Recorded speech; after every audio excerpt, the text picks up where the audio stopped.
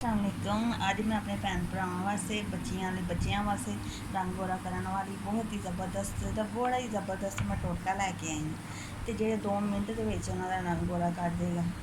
जिसम का कोई हिस्सा है जो तुहानू ऐसा सामना लगता है कालापन हो उत्ते वो सब उतर जाएगा, मैल कुचैल उतर जाएगी। तो अज मैं अपने पिंड के एक मशहूर तुहानू मैं टोटका तुहाडे नाल शेयर करन लगी हाँ, दसन लगी हाँ तुहानू। तो यकीनन तुहानू जरूर पसंद आएगा। जो तुहानू पसंद आएगा तो इस चैनल को लाइक करो, शेयर करो, अगे बताओ। चलो जी आने अपनी इस टोटके वाले। ये वास्ते सानू चाहिए 1 चम्मच भर के ना तिब्बत क्रीम के कोई भी ऐसी मतलब कि गलत किस्म की कोई चीज़ नहीं बनी होंगी जी मतलब कि साड़ी जिल्द मतलब कि चेहरे में किसी किस्म का कोई नुकसान वगैरह पहुँचाए। ठीक है, 1 चम्मच और 1 चम्मच सानू ना पिसी हुई चीनी चाहिए, छोटा चमचा। ठीक है, सानू चाहिए अद्धा चमचा सोडा खाने वाला। ठीक है, ये हम सानू चाहिए अद्धा नींबू।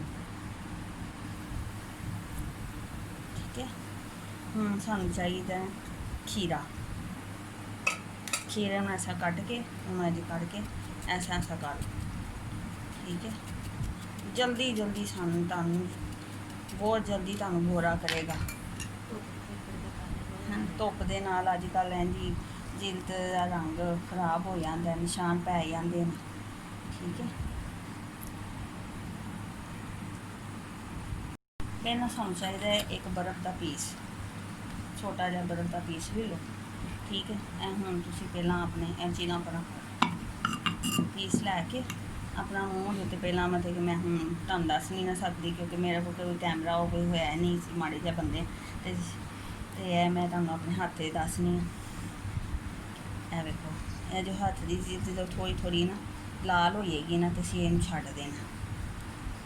ठीक है, ऐसा ए देखो हल्की हल्की लाल हो गई ना, देखो लाल हो गई। ठीक है, तुहाडी जिवें मूँह का रंग जिवें हल्का हल्का लाल हो छड्ड देना क्योंकि यह इस वजह तो कि धुप के फिरन फुरन गर्मी के आन जान की वजह तो ना साडी स्किन के उत्ते मतलब कि जिल्द के उत्ते ना बड़े मतलब कि निशान पै आ जाते हैं। तो जो असी बर्फ का मसाज करांगे ना तो वो जी हो जाएगी ठंडी। ठीक है, उस तो बाद असी अपना है जो मास्क बनाया है क्रीम बनाई हुई है जी। ठीक है ना, असी यह लावांगे हाथ ना ही लानी ला के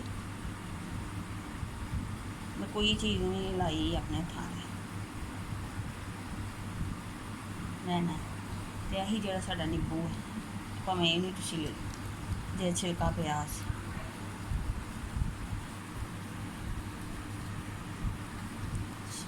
2-3 मिनट बाद तुसीं मसाज करना चंगी तरह है अपनी उंगलियां दी जिहड़ी गंढां होंदियां ने इन्हां नूं। अक्सर लोग रंग बड़ा गोरा चिट्टा होंदा है जी, कईयां दा रंग साफ होंदा है तो यह जिहियां गंढां ने इन्हां वल कोई तवज्जो नहीं होंदी। अक्सर बीबियां भैनां साडियां अपने मूँह वल ज़्यादा तवज्जो रखदियां ने, कदी उन्होंने अपने पैर अपने हत्थ इन्हां दियां गंढां इन्हां चीज़ों को उन्होंने कभी गौर नहीं किया कि यह भी वेखने किन्नी भैड़े लगते हैं। तो असीं इन्हां नूं भी ज़रा साफ कर लीए तो किन्नी अच्छी गल।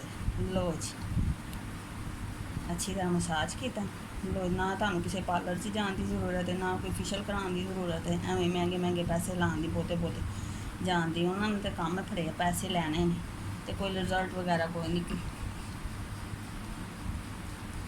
लो जी, हम तुहानू असीं ये वाश करके वो मतलब कि धो के विखाने कि किन्ना कुछ साफ किन्ना साडा रंग ओहदे च फर्क पिया। ए वेखो जी, ए वेखो देखो किन्ना साफ ऐसा एक जैसा है ना साफ सुथरा होया हाथ है जिल्द खूबसूरत हो गई, नरम मुलायम।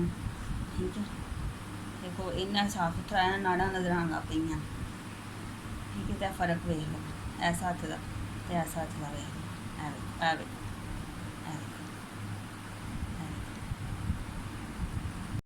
यकीनन तुहानू मेरी है जो मेरा टोटका है क्रीम का फार्मूला क्रीम पा के जोड़ा फार्मूला भी नहीं है तो देसी क्रीम है, तिब्बत क्रीम सदियों तो वरतदी आ रही। ठीक है, तो तुहानू मेरा टोटका जरूर पसंद आया होएगा। ਤੁਸੀਂ ਵਰਤ ਕੇ ਸਾਨੂੰ ਦੱਸਣਾ ਕਿ ਤੁਹਾਨੂੰ ਕਿਵੇਂ ਦਾ ਲੱਗਾ। ਠੀਕ ਹੈ, ਜੇ ਤੁਹਾਨੂੰ ਪਸੰਦ ਆਇਆ ਤੁਸੀਂ ਇਹਨੂੰ ਅੱਗੇ ਲਾਈਕ ਸ਼ੇਅਰ ਕਰਨਾ। ਠੀਕ ਹੈ, ਤੇ ਸਾਡੇ ਚੈਨਲ ਨੂੰ ਸਬਸਕ੍ਰਾਈਬ ਕਰਨਾ। ਠੀਕ ਹੈ, ਤਾਂ ਕਿ ਸਾਡਾ ਹੌਸਲਾ ਵਧੇ, ਅਸੀਂ ਮਜ਼ੀਦ ਤੁਹਾਡੇ ਵਾਸਤੇ ਅੱਛੀਆਂ ਚੀਜ਼ਾਂ ਲੈ ਕੇ ਆਈ। ਅੱਛੀ ਚੀਜ਼ ਇੱਕ ਦੂਜੇ ਨੂੰ ਦੱਸਣਾ, ਇਹ ਵੀ ਸਦਕਾ ਜਾ ਰਹੀ ਹੈ।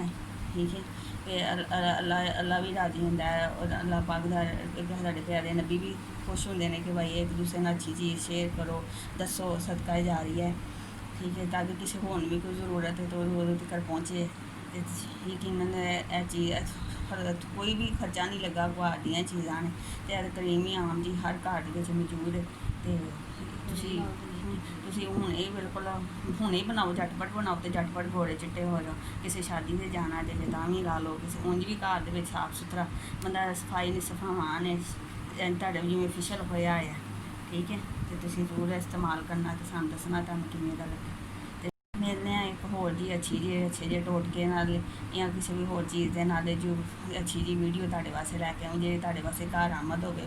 ਬੱਚਿਆਂ ਦੀ ਫਜ਼ੂਲ ਵੀਡੀਓ ਜਿਵੇਂ ਅਸੀਂ ਵਕਤ ਜ਼ਾਇਆ ਕਰਨੇ ਫਜ਼ੂਲ ਗੱਲਾਂ ਦੇ ਵਿੱਚ, ਅਤੇ ਫਜ਼ੂਲ ਗੱਲਾਂ ਜਾਂ ਫਜ਼ੂਲ ਵੀਡੀਓ ਵੇਖ ਕੇ ਅਸੀਂ ਗੱਲਾਂ ਜ਼ਾਇਆ ਕਰਨੇ, ਉਹੋ ਜਿਹੀ ਚੀਜ਼ ਵੇਖੀ ਜਿਹੜੀ ਸਾਡੀਆਂ ਆਉਣ ਵਾਲੀ ਨਸਲ ਨੂੰ ਜਾਂ ਸਾਡੇ ਘਰ 'ਚ ਕੋਈ ਚੀਜ਼ ਕੰਮ ਦੀ ਆਏ, ਉਸ ਚੀਜ਼ ਨੂੰ ਜ਼ਿਆਦਾ ਵੇਖਣਾ ਤਾਂ ਅੱਛੀ ਗੱਲ ਹੈ।